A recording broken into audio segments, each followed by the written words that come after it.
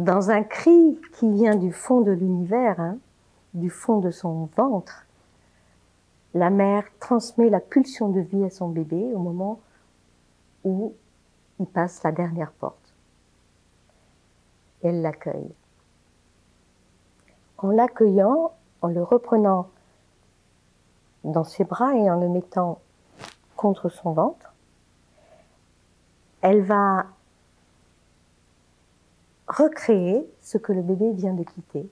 Elle va recréer une enveloppe. Parce que naître pour nous, les êtres humains, ce n'est pas une rupture, c'est une transformation d'enveloppe. Tous les bébés du monde font la même chose, dans le même ordre, pour se relier à leur maman. Ils deviennent des acteurs. La seule différence, c'est que dans le monde, ça va vous faire sourire, mais il y a les petits Belmondo, qui sont des bébés rapides, et puis il y a les poètes, qui prennent leur temps pour arriver jusqu'au sein.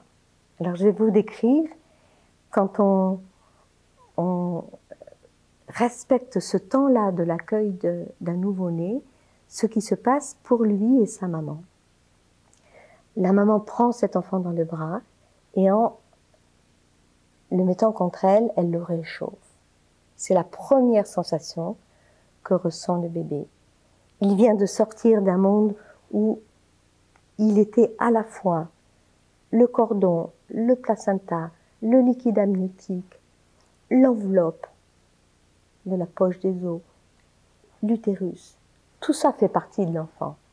Dans ce monde utérin, le bébé, sa peau, ce n'est pas cette peau-là, c'est le liquide amniotique. Le cordon, il joue avec le cordon. Le cordon fait partie de lui. Le placenta, c'est son double, c'est son copain, c'est son doudou. Il touche le placenta. Juste après la naissance, il n'est pas du tout nécessaire de couper le cordon tout de suite. Ça, ce sont des pratiques qui sont récentes dans l'histoire de l'humanité. Beaucoup de civilisations coupent le cordon après la naissance du placenta, quand il ne bat plus. Et donc la maman réchauffe son bébé en le prenant contre elle, et réchauffé, le bébé va à ce moment-là bouger sa tête et chercher du regard sa maman. Toutes les mères qui ont vécu ça s'en souviennent toute leur vie. Et le regard de la maman croise le regard du bébé. C'est vraiment un regard de l'humanisation. Cet accueil-là, il est au cœur de notre humanité. Faire la place dans nos vies à quelqu'un qu'on ne connaît pas encore. Et puis au bout de quelques minutes, le bébé, il se met à téter ses mains, ses doigts, parce que ça, il connaît bien l'odeur et le goût du liquide amniotique qui est sur sa peau. Il tète comme ça. Et puis à un moment donné, en bougeant ses doigts, il y a autre chose qui l'attire, c'est son nez, qui lui dit que il y a mieux, mais c'est un petit peu plus haut. Et autour des seins de la maman, pas des seins, de l'aréole, sur l'aréole, il y a ce qu'on appelle des tubercules de Montgomery, qui sont des sacs d'odeur, qui émettent des phéromones que personne ne sent dans la pièce, sauf le bébé. Parce que ces phéromones-là ont exactement les mêmes odeurs que le liquide amniotique. Et cela va exciter et guider le bébé dans un réflexe qui est magnifique, qu'on appelle le réflexe de fouissement. Pour le bébé, ça fait exactement la même chose que nous quand on n'a pas pris notre petit déjeuner le matin et qu'on passe devant une boulangerie avec cette bonne odeur de croissant chaud et de pain au chocolat. C'est difficile de ne pas rentrer pour aller acheter un croissant et se faire plaisir. Mais pour le bébé, les phéromones des tubercules de Montgomery vont le guider et le mettre dans ce qu'on appelle une position active de recherche. Il fait comme ça. Avec sa bouche, il fait des mouvements de langue. Et les phéromones qui rentrent dans son nez vont le faire saliver dans sa bouche. Et son cerveau va apprendre à coordonner, avant qu'il ait reçu quoi que ce soit de nouveau dans sa bouche, les mouvements de succion, de déglutition et de respiration. Ça, c'est fondamental pour mettre en place tous ces mécanismes de vie après la naissance. Et le bébé va devenir un acteur. Il va ramper tout seul pour se diriger vers le sein. Et quand dans sa tête tout est prêt pour accueillir du lait, il attrape l'aréole de sa maman et il tète, c'est les premiers mouvements de succion pour recevoir ce colostrum qui est si précieux pour la vie de nos nouveau-nés. Le colostrum, c'est un cadeau du monde. C'est un sérum salé et sucré. Il est très condensé. Il apporte des milliards d'anticorps au bébé en quelques cc. L'estomac du bébé est tout petit. C'est comme une noisette dans l'heure qui suit sa naissance. Et le colostrum, il en boit que quelques millilitres. Il n'a pas besoin de plus. Il a besoin d'apprendre à être avec sa maman, à être relié à elle.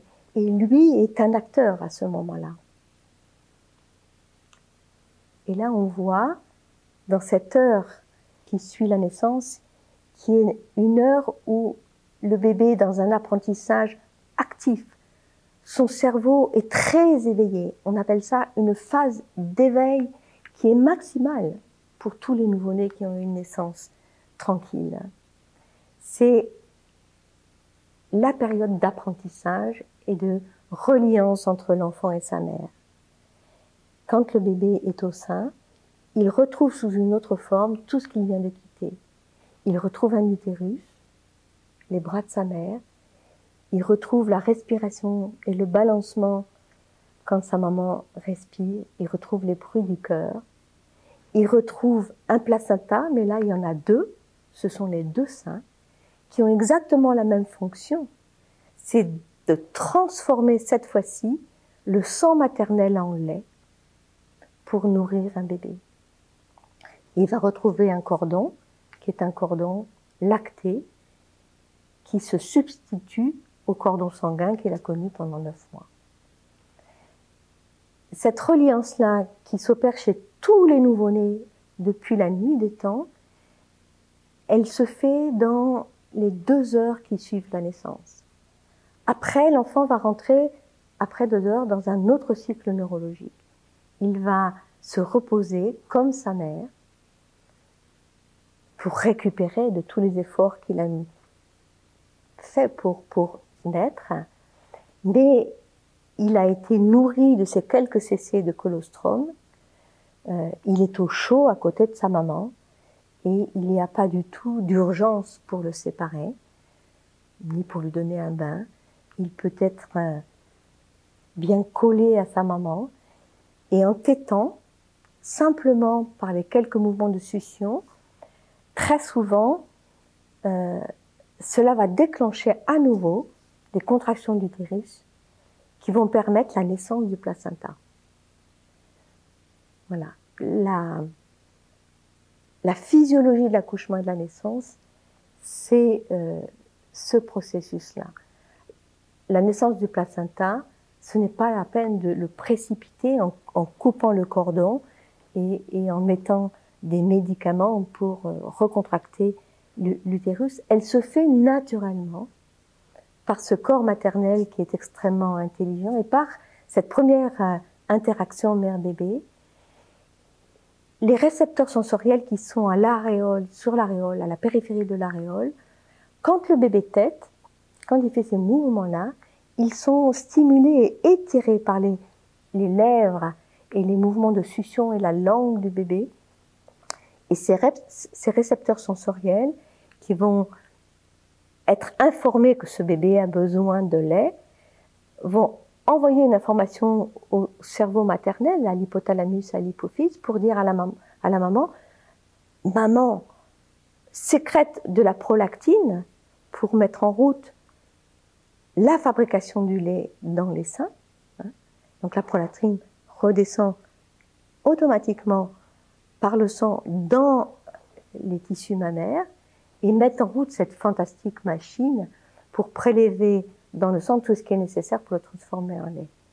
Mais cette stimulation des récepteurs sensoriels, elle envoie aussi des informations à l'hypophyse, à l'hypothalamus pour sécréter de l'ocytocine qui va contracter l'utérus pour la naissance du placenta et dans les heures et les 3-4 jours qui suivent l'accouchement, toutes les mamans connaissent les tranchées.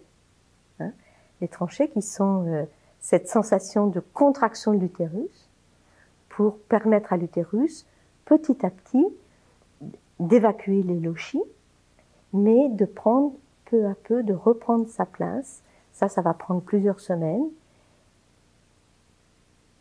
Je vous décris ceci pour vous montrer l'intelligence du corps qui s'ouvre et qui se répare, qui se remet en place dans cette harmonie entre la mère et son bébé. C'est pour cela que l'un et l'autre ont besoin d'être protégés et accompagnés.